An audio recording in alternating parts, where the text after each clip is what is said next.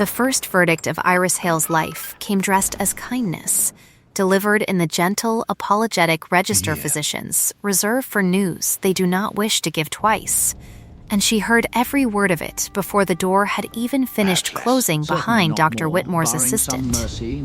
A year, he said. Perhaps less. Certainly not more. Barring some mercy neither science nor scripture had yet explained to him. She did not weep. She did not ask him to repeat himself, though the words had come out strange and underwater, as if spoken through a mouth full of the sea he was about to prescribe her. She did not give him the satisfaction of watching her hands shake, and so she folded them instead, one over the other, in the practiced stillness of a girl who had spent 19 years learning that composure was the one inheritance no one could tax, seize, or marry away from her.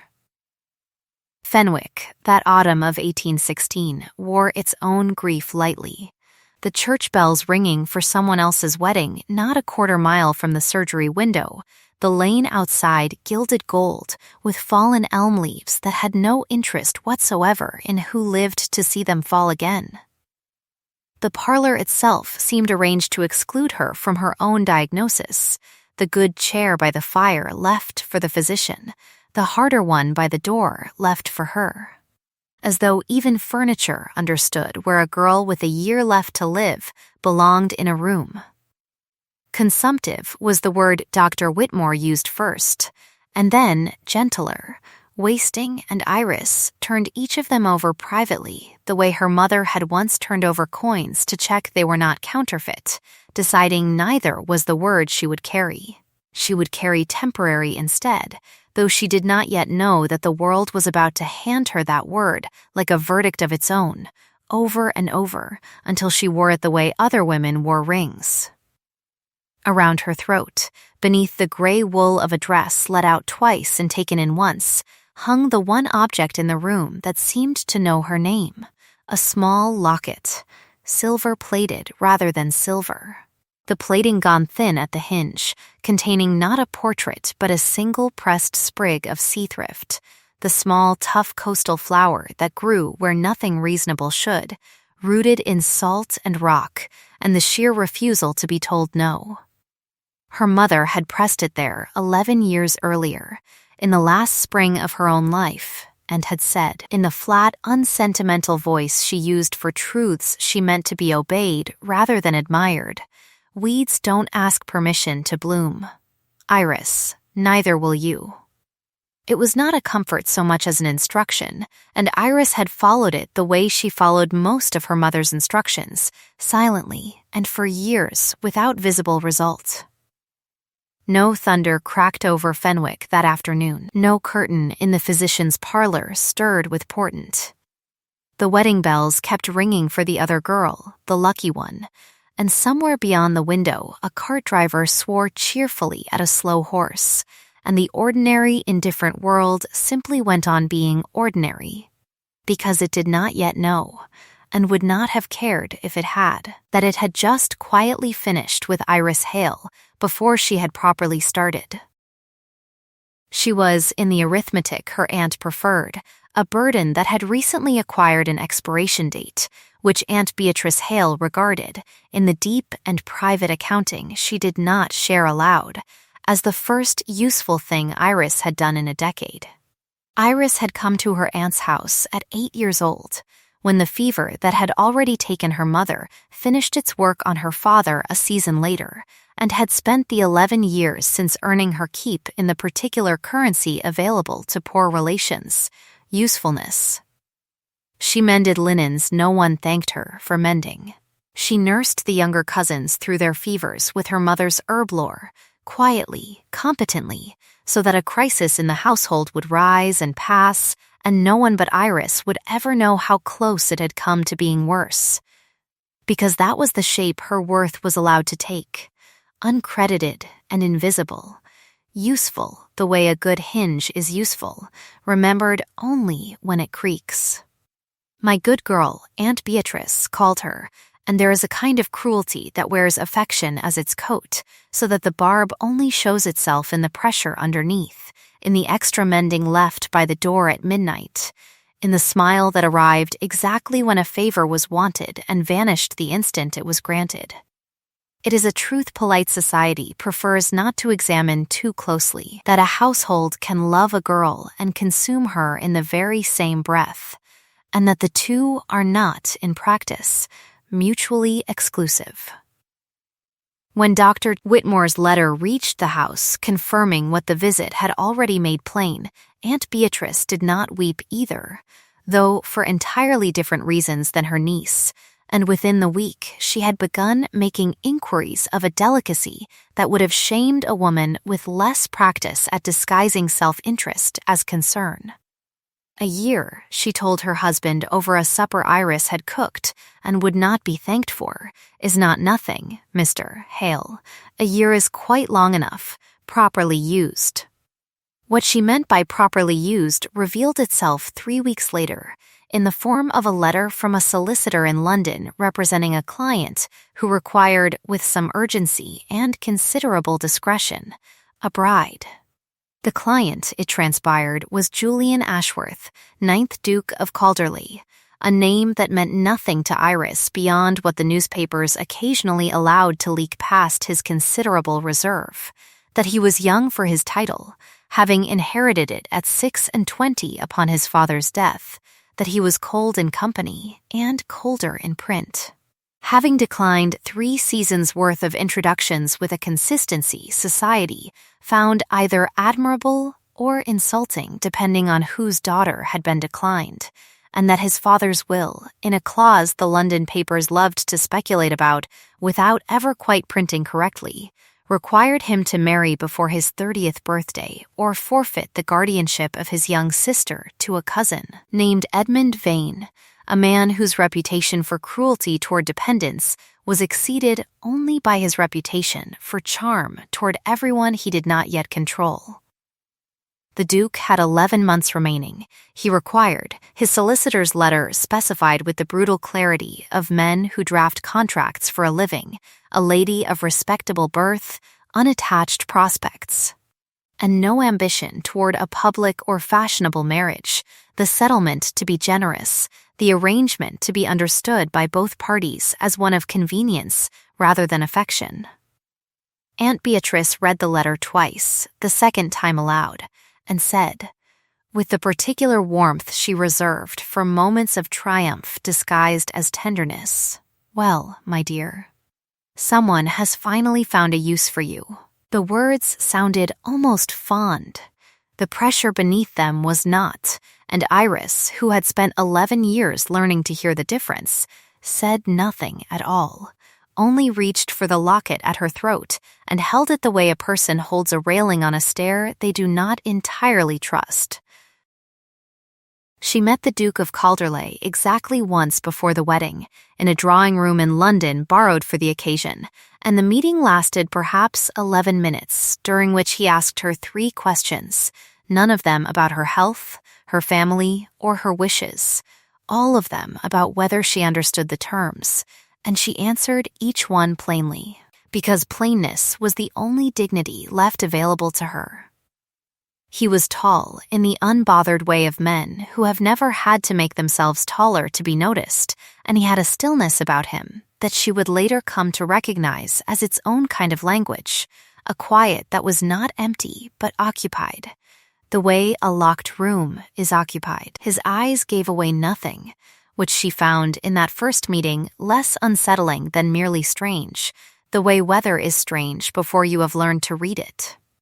He did not smile at her, not once, though he inclined his head at the end of the interview with a courtesy so exact it might have been carved rather than felt, and said, in a voice pitched low enough that she had to lean fractionally forward to catch it, a voice that she would learn never once needed to rise to be obeyed, "You understand this is not a courtship, Miss Hale. It was not a question." She said that she did.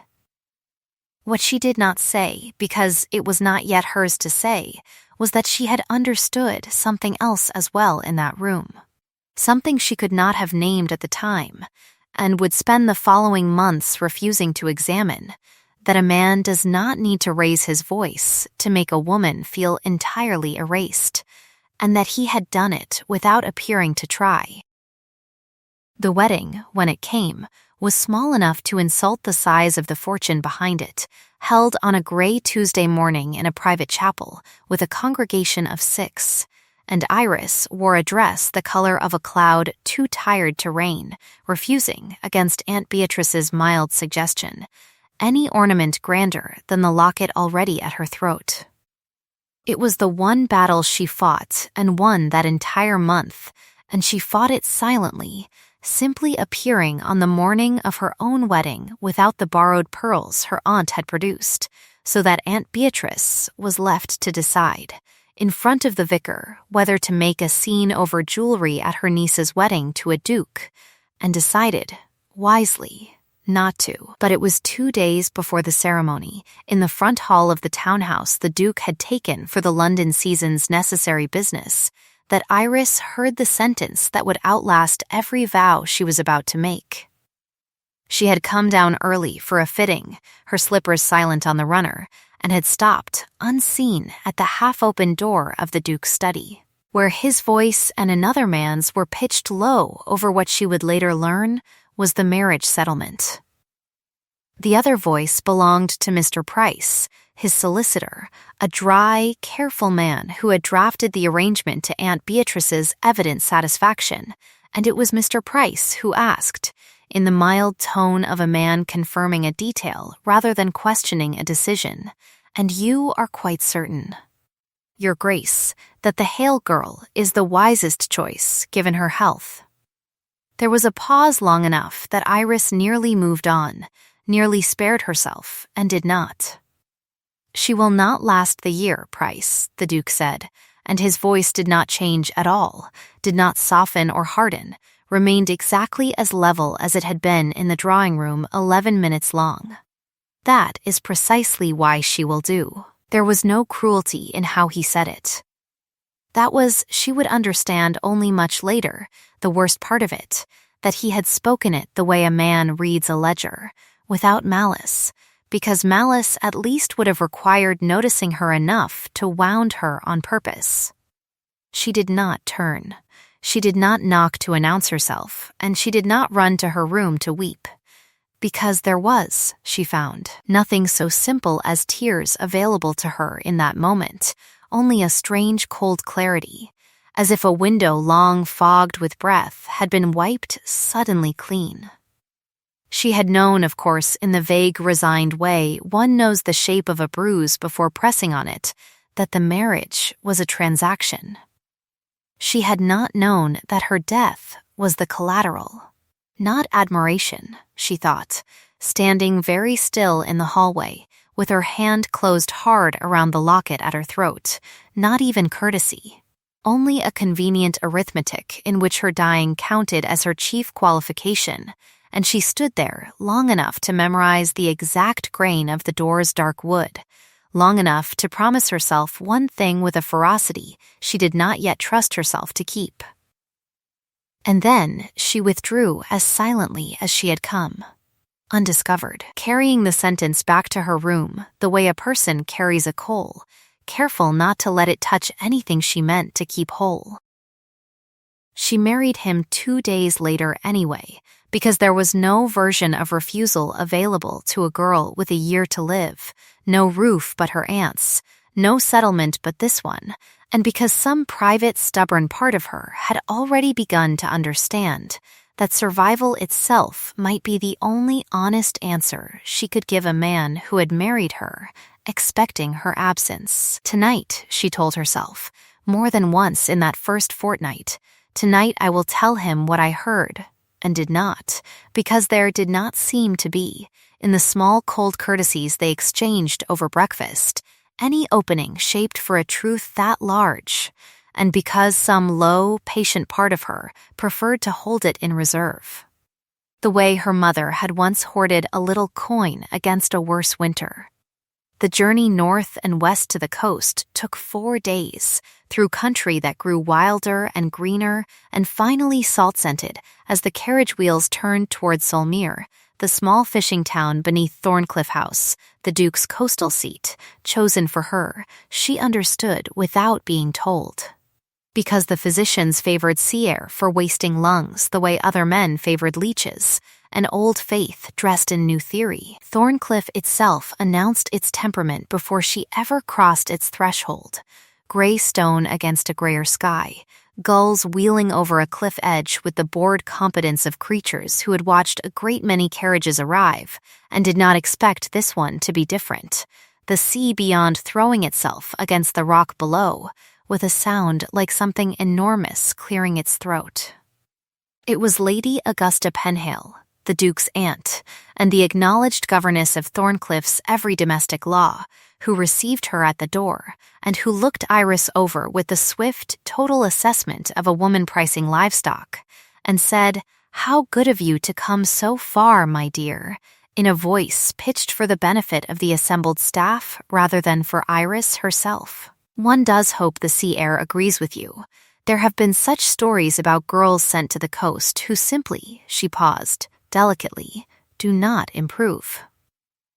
The words arrived wrapped in solicitude. The blade inside them was aimed precisely at the space between Iris's ribs where her diagnosis lived, and Iris, who had spent 11 years learning to answer such blades without ever raising her own, only inclined her head and said that she hoped so too, and that she was grateful for Lady Augusta's concern, a reply so perfectly humble that it left Lady Augusta with nothing to do but frown very slightly and lead her inside, out of the wind that had, in under a minute, already found its way into the thin wool of Iris's traveling cloak and left her fighting not to cough in front of the household.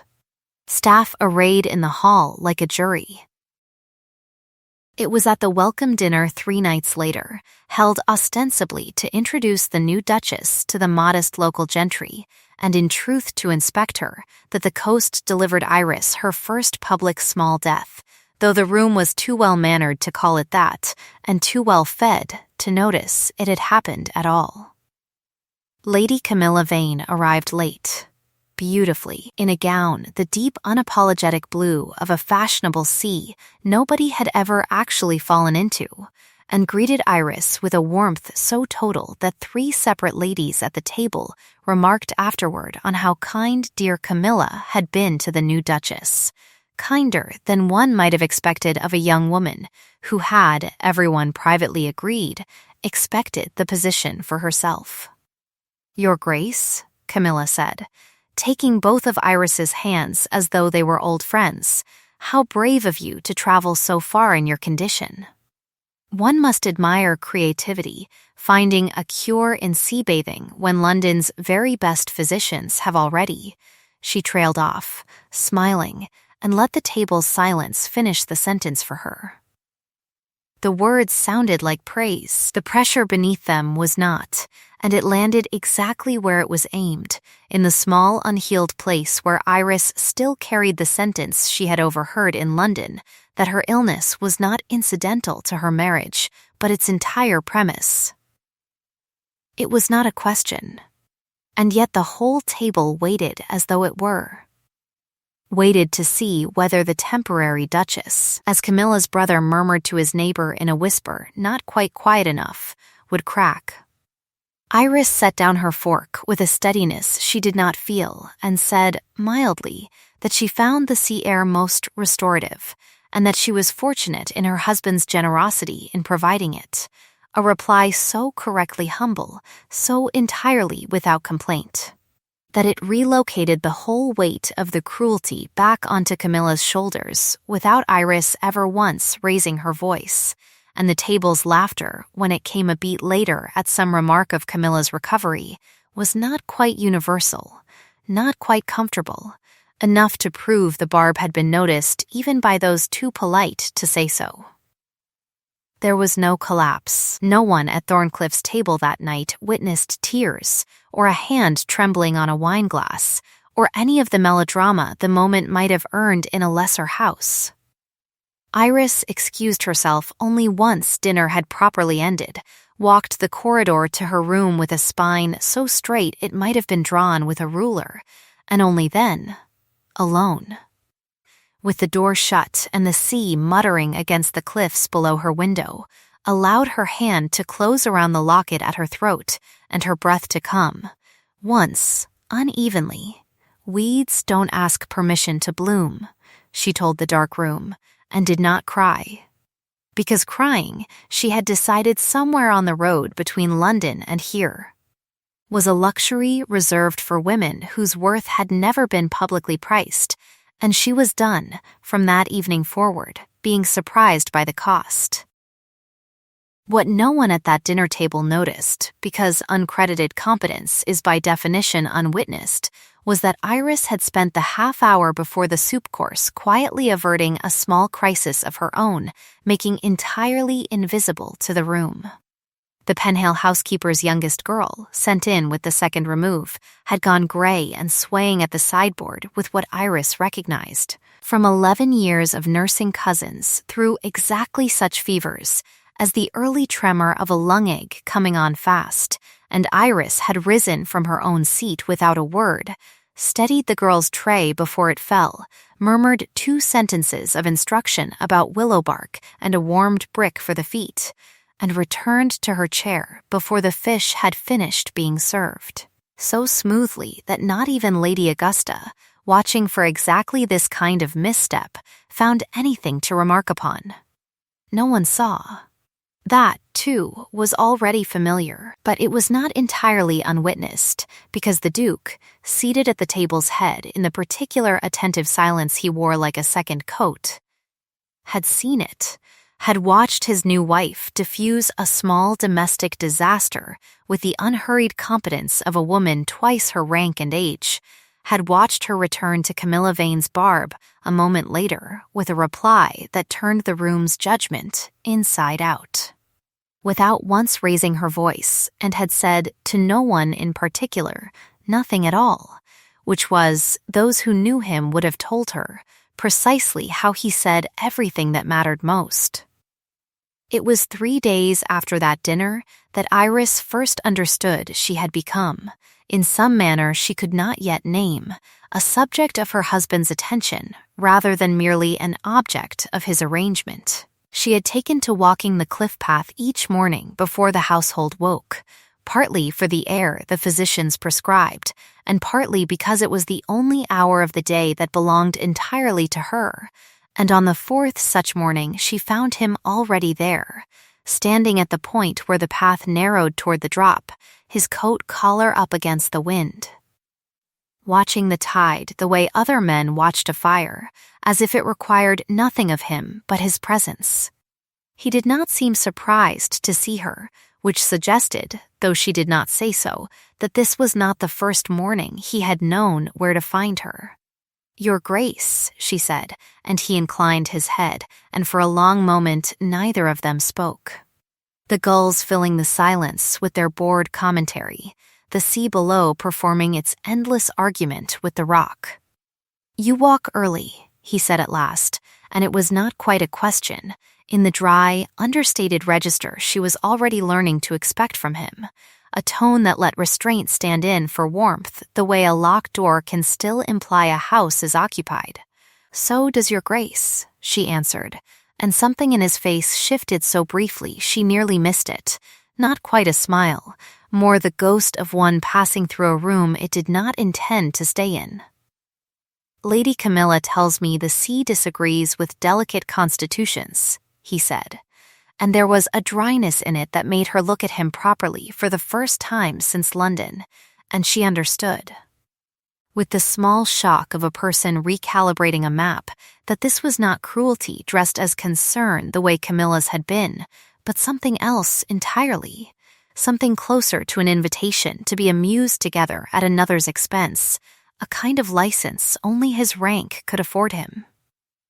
"Then, I must be undelicate," she said, before she could decide whether the reply was wise, and his eyes, which gave away so little, held hers for a moment longer than courtesy required, long enough that she felt the held breath of it somewhere beneath her collarbone. Not admiration, not yet, but something that had begun, unmistakably, to look for a name. It became, over the following weeks, a pattern too quiet to be called a courtship and too consistent to be called coincidence. The two of them meeting on the cliff path in the gray hour before the house woke, exchanging sentences that on the surface concerned the weather, the tide, the state of the roses in the walled garden Lady Augusta guarded like a border. And beneath the surface concerned something neither of them was yet willing to name aloud. He began, without announcing it, to appear at the smaller gatherings he had previously sent his regrets to, standing near enough to Iris that his presence alone altered the temperature of a room's cruelty, so that Camilla's compliments grew a fraction more careful and Lady Augusta's concern a fraction more restrained. Not because either woman had softened, but because both had recalculated the cost of being seen doing otherwise in front of him. It was Lady Frances, the Duke's sister, barely 17 and possessed of the particular perceptiveness of the very young, who have not yet been taught to look away from what they notice, who said it aloud first, cornering Iris in the still room over a basket of lavender with the bright, unbothered confidence of a girl who has correctly diagnosed a secret. "He has never once walked anyone else's dogs at dawn," Frances said, without preamble, meaning the 2 spaniels that had taken, in the last fortnight, to accompanying the Duke on his cliff walks at precisely the hour Iris took hers. "I only observe," she added, when Iris did not answer, "that my brother does not do things by accident, whatever he tells his solicitor," and left the still room on that unrebuttable note, before Iris could arrange her face into anything like denial, the lavender's sharp, clean scent lingering in the small room like a question no one had actually asked aloud. Iris stood alone with the basket a long moment afterward, her thumb finding, as it so often did now, the worn silver plating of the locket at her throat, and thought, in the brief, unguarded free-fall between one breath and the next, not admiration, not yet, but recognition, and did not let herself think further than that, because the sentence she had overheard in a London hallway was still there, patient and unforgiven, waiting its turn, and a woman with a year to live could not afford, she told herself, to spend any of it on hope she had not yet earned the right to trust. The cliff walks became, over the weeks that followed, a language of their own, a courtship conducted entirely in weather and understatement, so that by the time the gorse had gone from green to gold along the path's edge, Iris could read the exact temperature of her husband's silences the way sailors below her window read the color of the water. He did not soften toward her so much as he unfolded, by degrees, the way a hand unclenches only once it has decided a thing is not, after all, a threat, and she watched the unfolding with the wary attention of a woman who had been told once, in a hallway she still visited in memory more often than she liked to admit, that her chief qualification for his notice was the brevity of her future. Lady Camilla did not relent merely because the Duke had taken to walking dogs he had never walked before. If anything, his small attentions sharpened her wit rather than dulling it, so that at the autumn assembly, held in Solmere's modest rooms, in a crowd loud enough that the Duke's own steward could not have overheard, Camilla leaned close to Iris under the pretense of admiring the hem of her gown, and murmured, low enough for only the 2 of them, "Is everything all right, Your Grace? There have been such stories about this cough of yours. One does worry, in a house so far from proper physicians." The words arrived soft as a compliment. The pressure beneath them, aimed with surgical precision at the exact bruise the London hallway had left, was not, and Iris, who had by now catalogued a dozen replies sharp enough to leave a mark, a dozen truths about inherited wit dressed as cruelty, about beauty that curdled the moment it opened its mouth, about a woman who measured other women's worth only in comparison to how long they might survive her, set every one of them gently aside unspoken, the way her mother had once set aside coins too precious to spend on temporary satisfaction, and said instead, with a small, humble incline of her head, that she was fortunate to have a husband who worried for her enough that she need not worry so much for herself. It was not an insult. It did not need to be, because it relocated the entire architecture of the barb so that anyone listening understood, without a word of accusation, that concern for Iris's health had just become, in front of witnesses, a matter the Duke himself had claimed, and Camilla's smile thinned by exactly the width of that realization before she excused herself to the punch table. And the laughter that followed her exit, thin and scattered rather than warm, told Iris everything she needed to know about how the room had actually decided the exchange. It was the Duke who found her afterward, out on the assembly room's narrow balcony where she had gone for air that did not taste of candle smoke and gossip, and he stood beside her at the rail rather than before her, close enough that she felt the warmth of him without the pressure of being looked at directly, which she had come to understand, in the language they had built between them, was itself a kind of tenderness. "You did not need my defending," he said, after a silence long enough that the assembly's music had changed twice inside, and there was something in the dryness of it that was not quite apology and not quite praise, but occupied the narrow, honest space between the two. "I noticed anyway. Not admiration," she thought, standing very still with her hands folded over the cold iron rail. Not yet.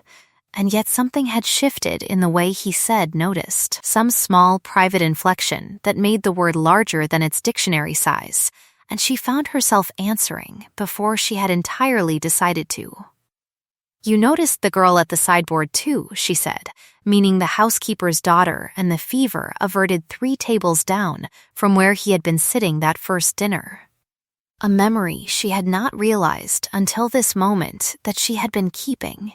carefully, the way one keeps a small warm stone in a coat pocket against a cold walk. He turned his head toward her then, and for the first time since the drawing room in London, his eyes held something she could almost read, though she would not have called it by name yet even in the privacy of her own thoughts. "I notice a great many things, Your Grace," he said, and the formality of the title in his own mouth had by now begun to sound less like distance and more like a private joke the two of them alone understood the shape of. "I have simply not been in the habit of saying so." It was not a declaration. It was, she understood. Standing there in the cold salt air, with the assembly's fiddle scraping faintly through the glass behind them, something closer to a door left very slightly ajar, and she did not push it open. Because a woman with a year to live, or so the world kept insisting on reminding her, could not afford to walk through doors she was not certain would still be there to close behind her.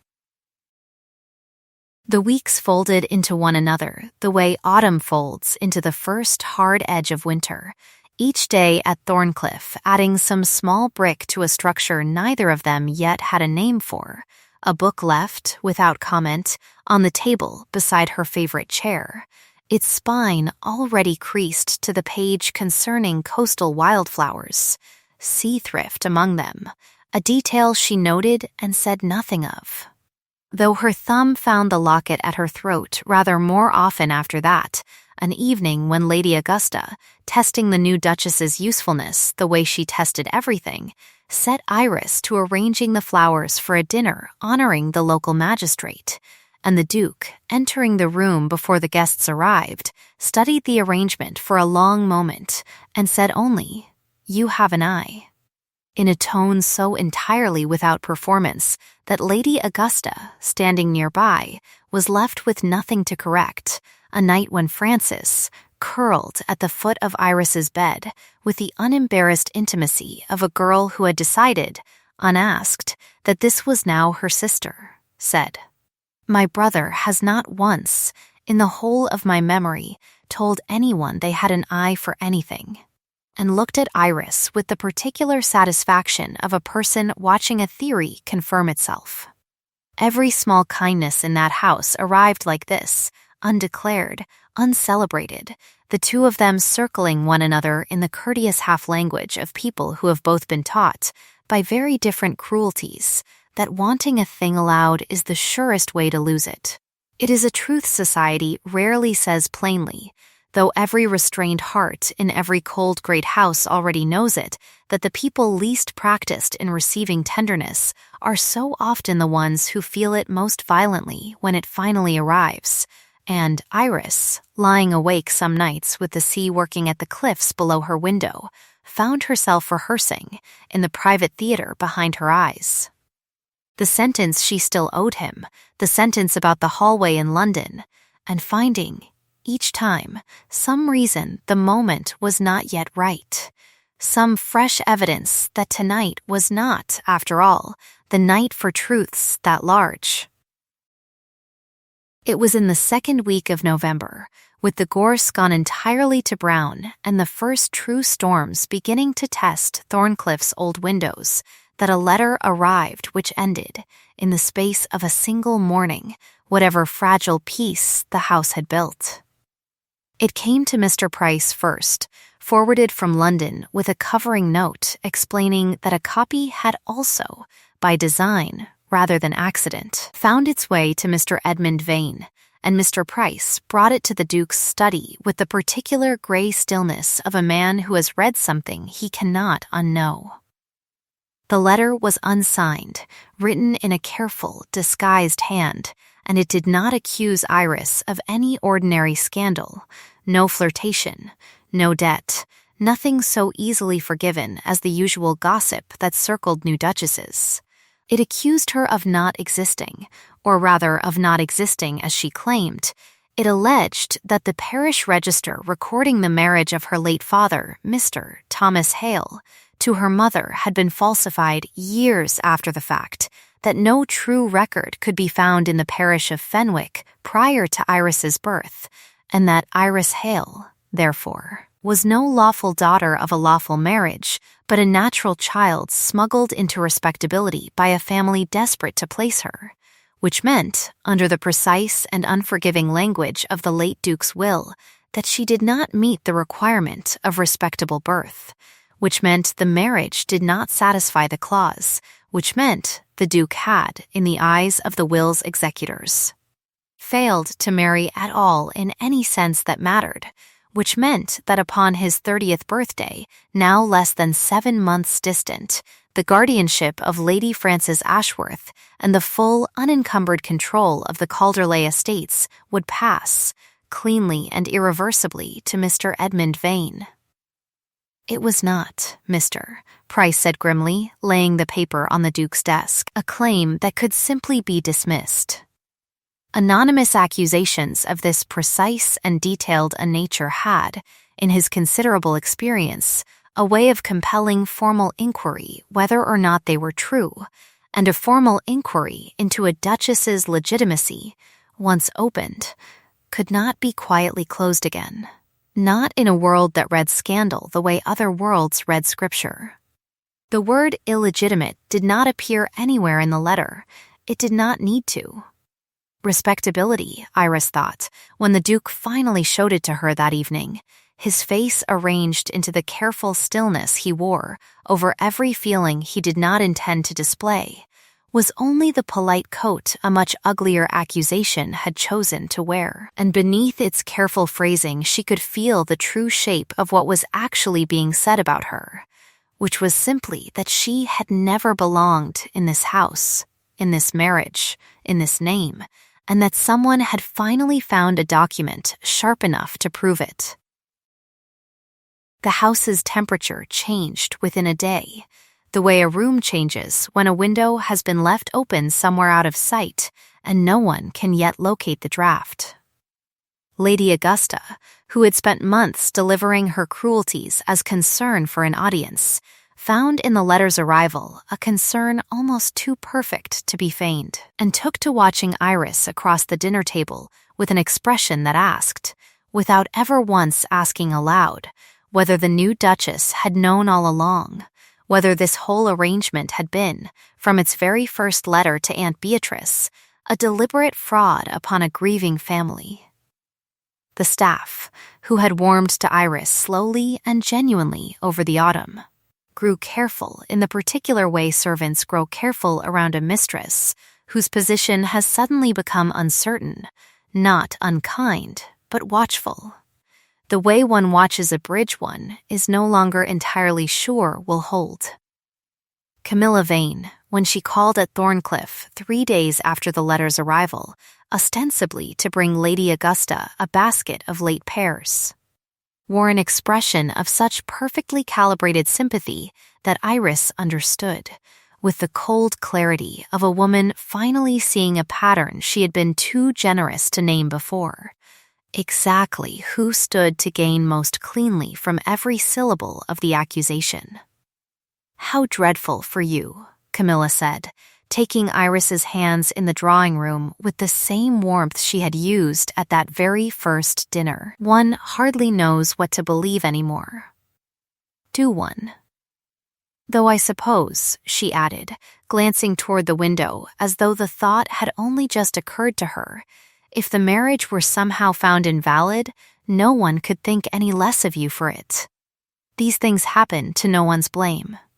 It was not a question, and beneath its softness Iris heard, with perfect clarity now, the true shape of the sentence being offered her, a door held open, ever so kindly, toward a graceful and humiliated retreat, so that Camilla might step through the space Iris left behind. Iris withdrew her hands with a gentleness that cost her more than any sharp reply would have, and said only that she was grateful for such friendship in difficult times. A courtesy so exact and so entirely without warmth that Camilla's smile, for just a moment, faltered at its edges before recovering, and it was in that small falter, that half-second of a mask slipping, that Iris first allowed herself to truly suspect what she had until then only privately wondered. She did not say the suspicion aloud, not yet, not even to the Duke, who had grown quieter than she had ever seen him in the days since the letter's arrival, his stillness no longer the occupied, watchful quiet of the cliff path, but something harder, more contained, a man doing careful arithmetic behind an unreadable face.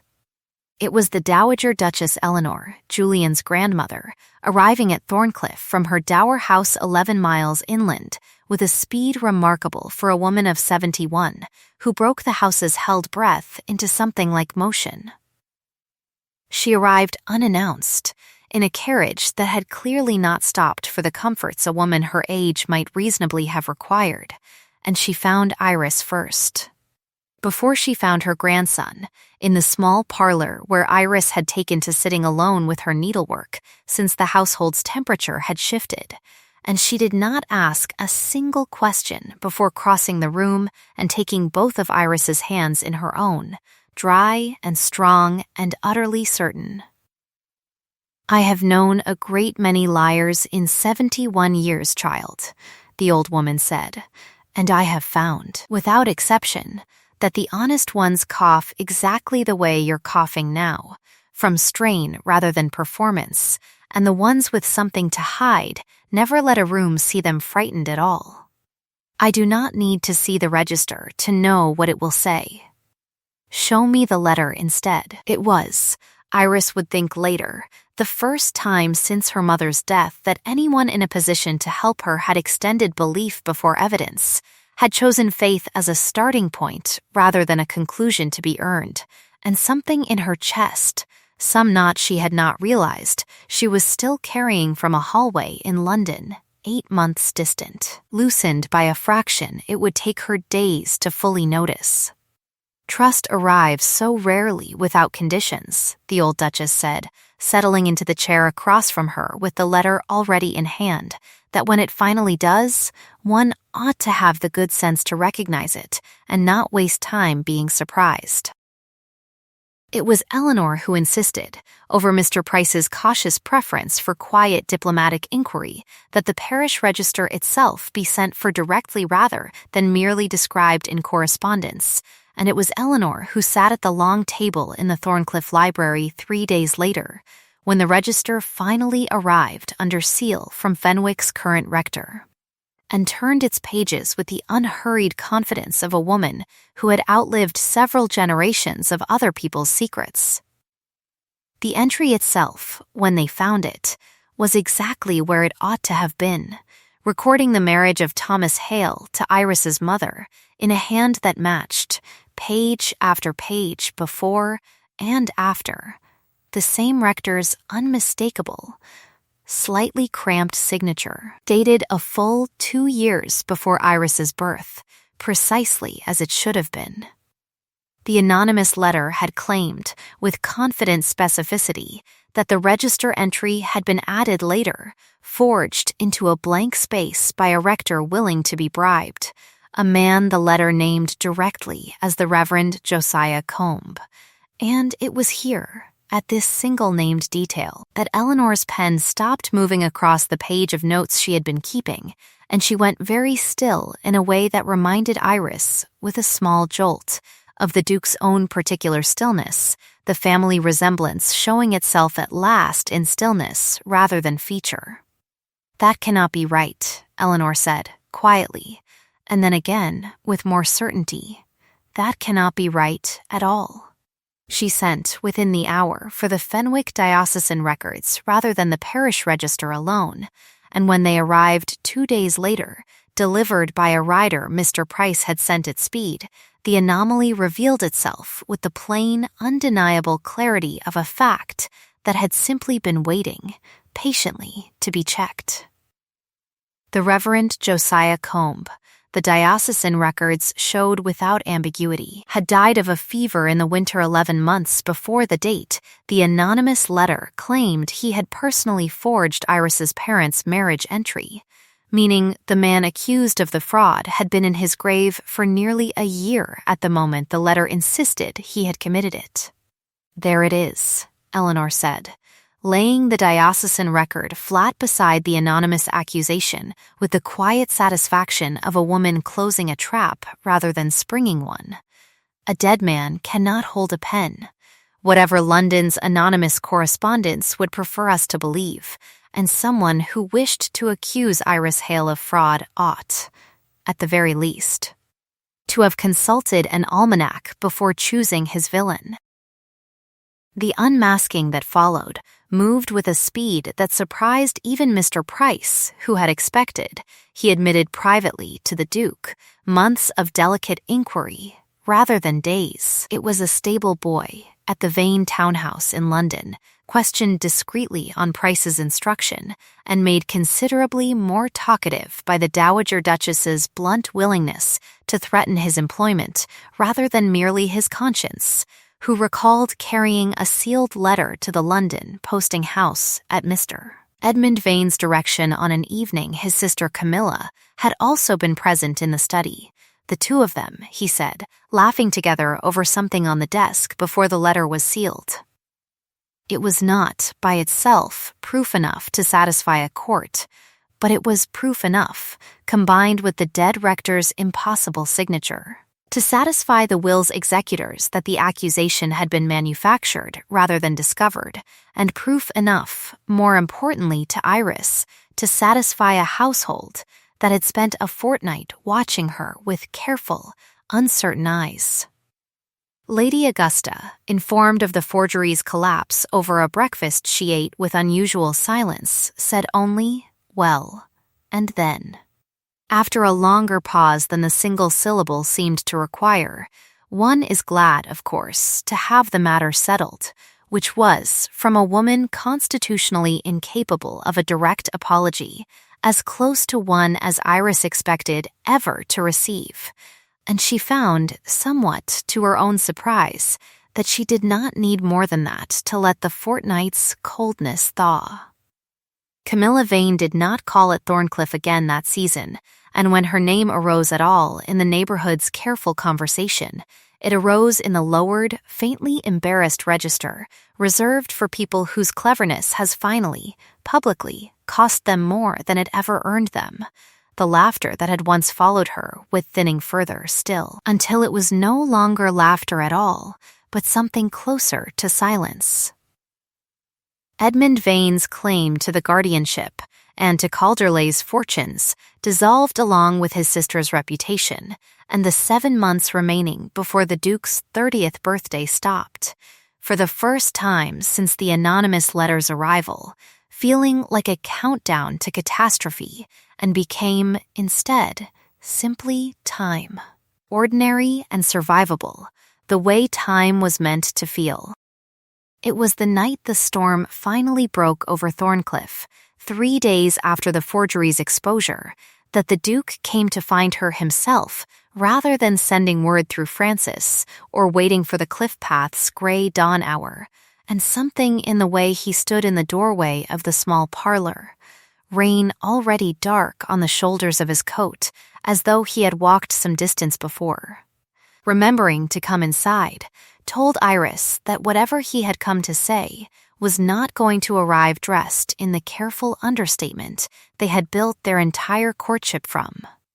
The library, he said, and it was not quite a request, though his voice, as always, never once rose to make it a command. I think we are overdue a conversation neither of us has yet had the courage to finish. Thunder rolled somewhere out past the cliffs, closer than it had been an hour before, and the candles along the hall guttered once in a draught that found its way beneath some door she could not locate, and Iris set down the needlework she had not truly been attending to in a very long while, Rose, and followed him toward the library's tall, dark doors.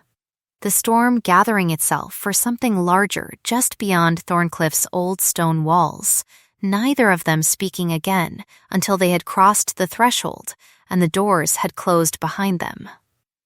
Sealing out the household, the sea, and every careful courtesy that had, until this exact hour, kept the two of them safely, painfully,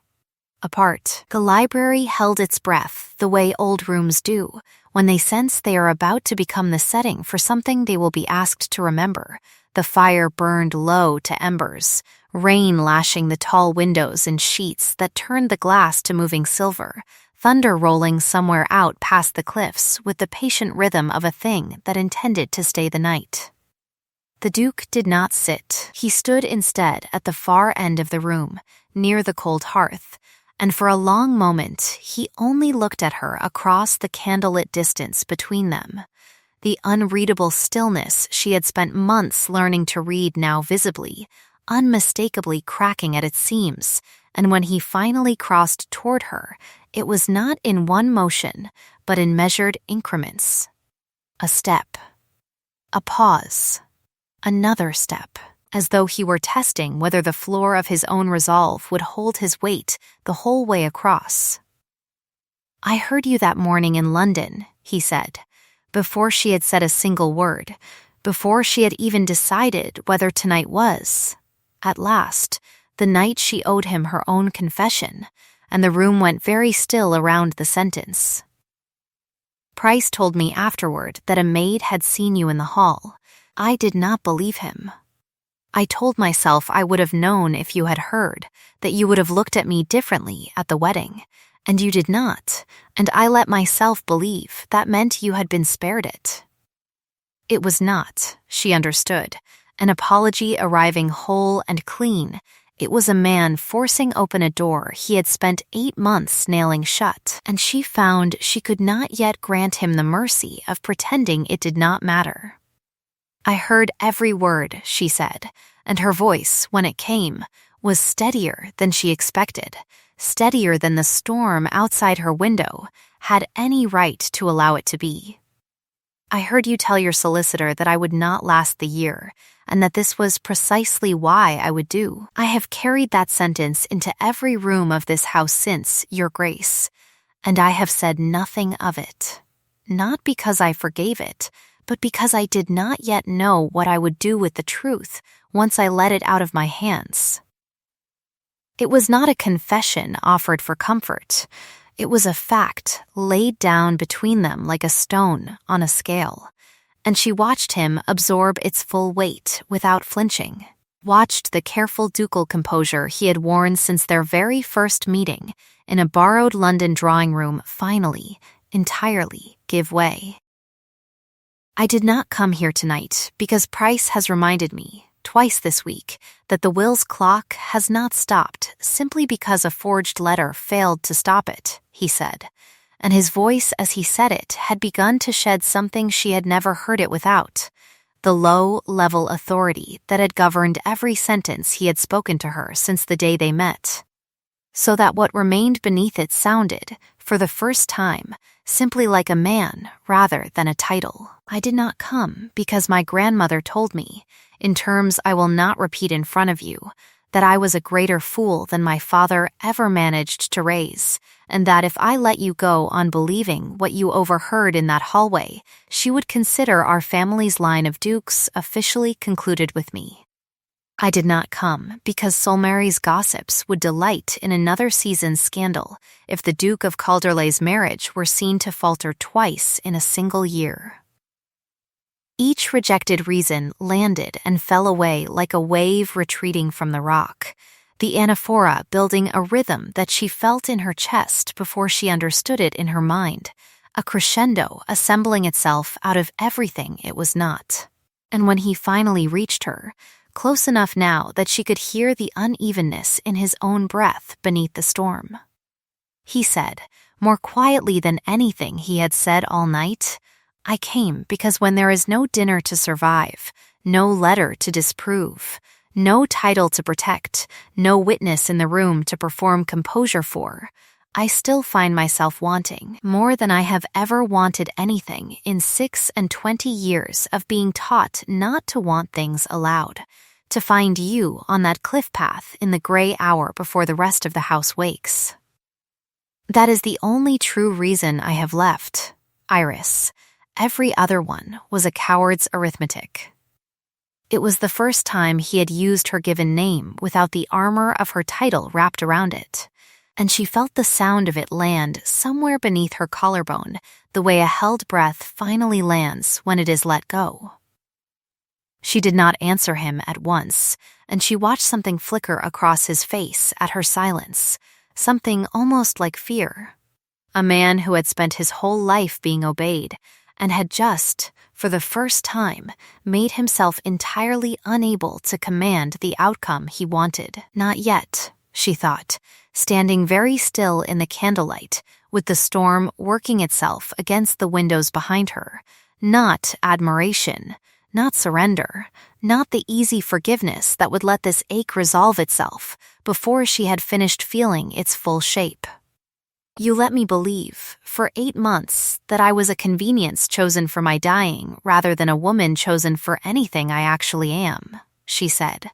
And there was no cruelty in how she said it, only the plain, unhurried clarity of a person finally spending a truth she had hoarded like a coin against a worse winter. I have been temporary in every room I have ever stood in, Your Grace. Temporary in my aunt's house, useful only until I was inconvenient. Temporary in Fenwick's parlor, given a year and told to be grateful for it. I will not now be temporary in my own marriage, welcomed only once it becomes safe or fashionable or convenient to want me.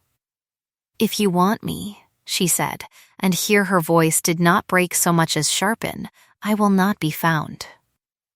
I will not be rescued. I will be asked, plainly, the way one asks a person rather than acquires an arrangement, and I will answer you honestly, which is more than this house has ever offered me in return.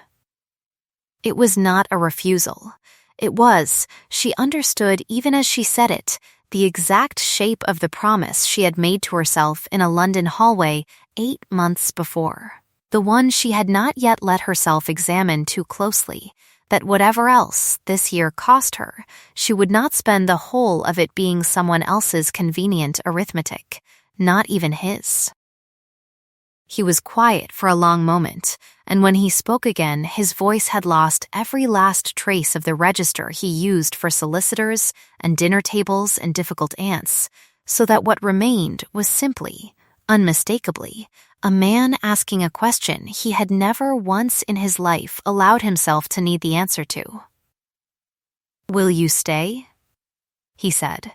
not because Price's will requires it. Not because a year is not yet spent, not because the coast air is doing precisely what the London physicians never expected it to do. Will you stay? Because I wish it, Iris, plainly and entirely, and without any of the arithmetic I have hidden behind since the day I met you. Because I would rather spend whatever years either of us is given wanting you badly than spend one more day pretending I do not.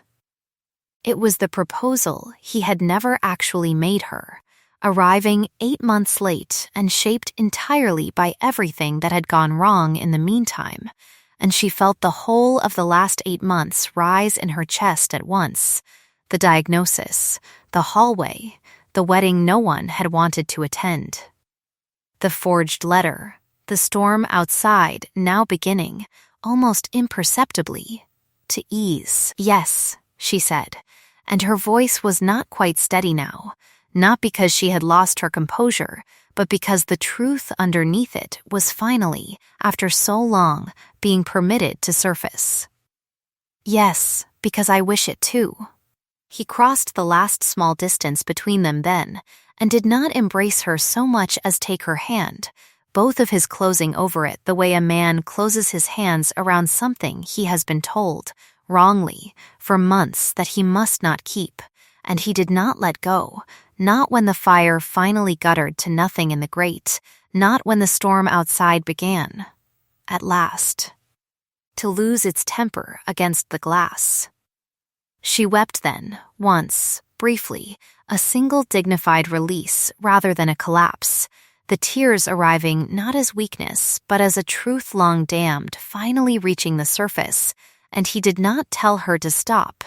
only stood there with her hand still folded inside both of his, saying nothing at all. Which was, she had long since learned, exactly how he said the things that mattered most. She reached, after a while, for the locket at her throat, the silver plating worn thinner now than it had been in Fenwick, and opened it to show him, for the first time, the small pressed flower inside. "Sea thrift," she told him. "It grows in salt and rock, where nothing reasonable should grow at all. My mother told me, before she died, that weeds do not ask permission to bloom." He looked at the flower a long moment, and then at her, and said, quietly, "Then let us stop asking," and closed her hand gently back around the locket, with his own still resting over it, and neither of them let go again for a long while, the storm finally spending the last of its temper somewhere out past the cliffs, the first gray edge of dawn beginning, faint and unannounced, at the tall library windows. She did not die within the year. She did not die within 5.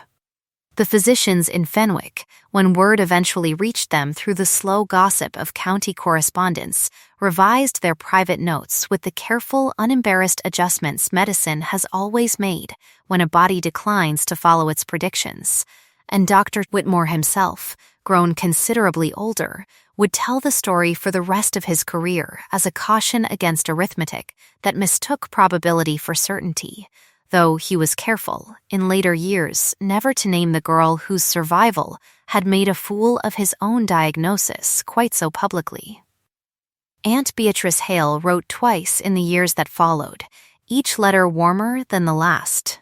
each one arriving suspiciously close to some new financial difficulty, and Iris answered both with the same courteous, unforgiving distance she had learned, at last, to extend to people who mistook usefulness for love, sending modest gifts and no invitations. Lady Camilla Vane's brilliance denied the stage a scandal-free marriage would have given it, dimmed the way borrowed light always dims once its source is removed, and within 3 years she had married a baronet of middling fortune in a ceremony the county attended out of habit rather than enthusiasm. Her wits surviving the transition, but her audience, notably, shrinking with each season until barbs that had once commanded a whole ballroom's laughter earned, at best, the thin, obligatory kind. Edmund Vane's name, once spoken with the careful respect owed to a man who might someday control a dukedom, faded from Calderleigh's affairs entirely, his ambitions having cost him, in the forgery's aftermath, precisely the trust that ambition depends upon, and he removed himself eventually to a smaller property in the north, where his correspondence with the family, Mr. Price noted dryly in his annual summary of estate matters, had grown admirably brief. It was Lady Augusta Penhale, of all the household, who surprised Iris most in the years that followed, softening not into warmth exactly, but into something adjacent to it, a grudging, then genuine, respect that expressed itself in the particular currency of a woman who had never learned to apologize directly. She began, without comment, defending Iris's decisions to visiting relations who had not yet learned better, and referred to her, within 18 months, not as the temporary Duchess, but simply as the Duchess. The adjective dropped so quietly that no one but Iris seemed to notice its absence, though she noticed it every single time.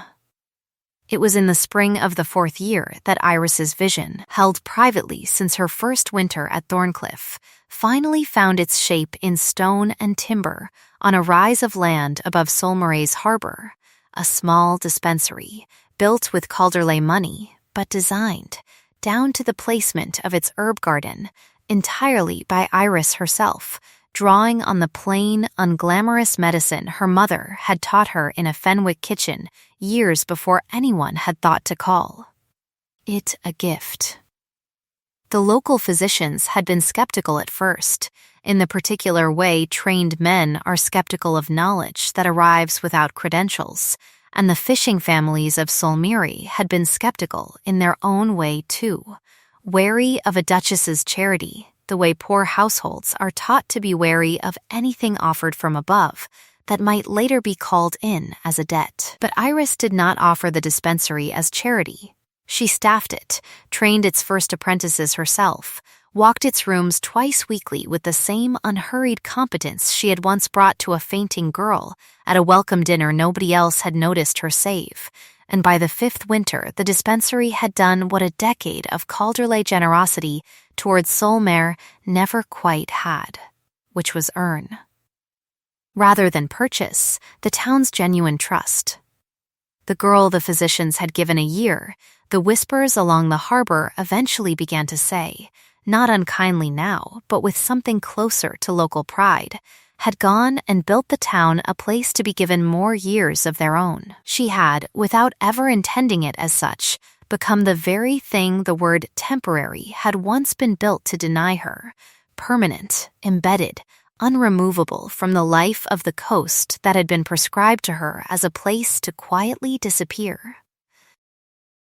It was on the 10th anniversary of the dispensary's opening, on a morning that had followed one of the fiercest storms Solmere's older fishermen could recall, the sky washed to a hard, clean blue, and the harbor water still churned pale with the night's violence, that the whole town gathered on the rise above the water for a ceremony no one had needed to be summoned to.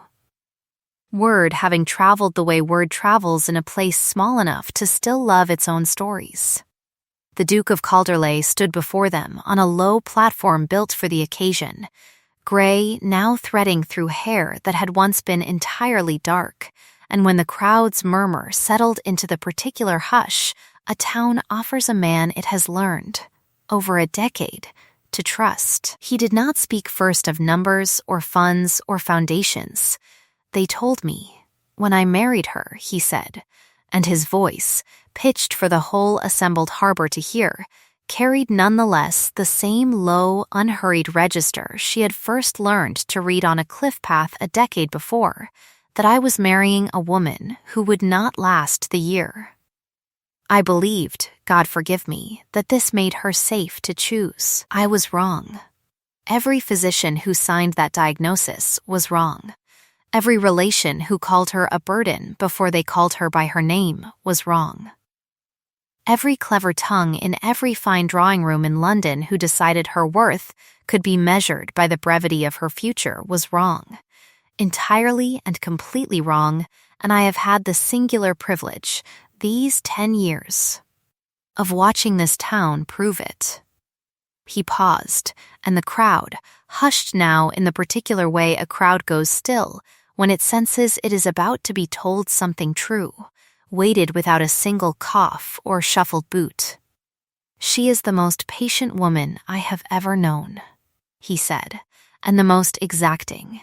and the most quietly generous, 3 virtues that do not often share a single heart, and yet they have shared hers since long before any of us here had the wit to notice it. I did not build this dispensary. I signed the papers for it, and I am proud to have signed them, but every stone of what stands behind me was raised by a woman this county once thought too temporary to bother learning the name of, and I would like it recorded. Here, in front of the only witnesses whose good opinion I have ever actually valued, that she was never temporary at all.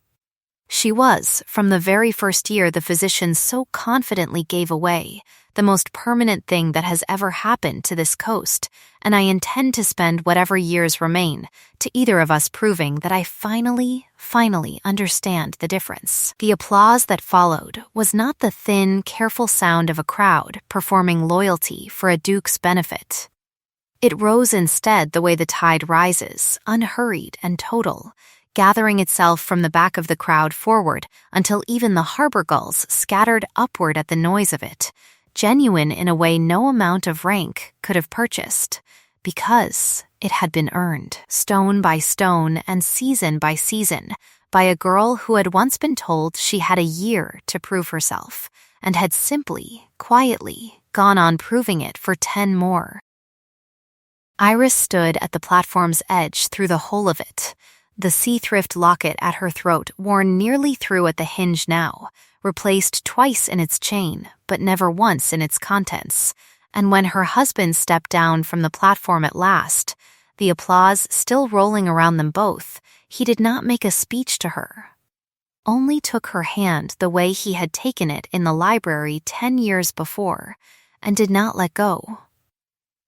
"Weeds don't ask permission to bloom," she had told him once, in a room lit only by a dying fire, and neither will you, he had said back.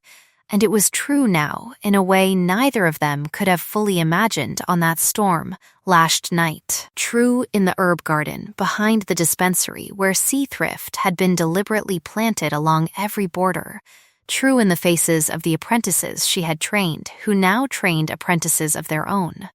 True in the small, unremarkable fact that the girl once given a single year to live had gone on, methodically and without asking anyone's leave, to outlive the physician who diagnosed her. The aunt who had priced her like livestock, the rival whose wit had once commanded whole rooms, and the cousin who had forged a dead man's signature to steal a future that was never rightfully his to take.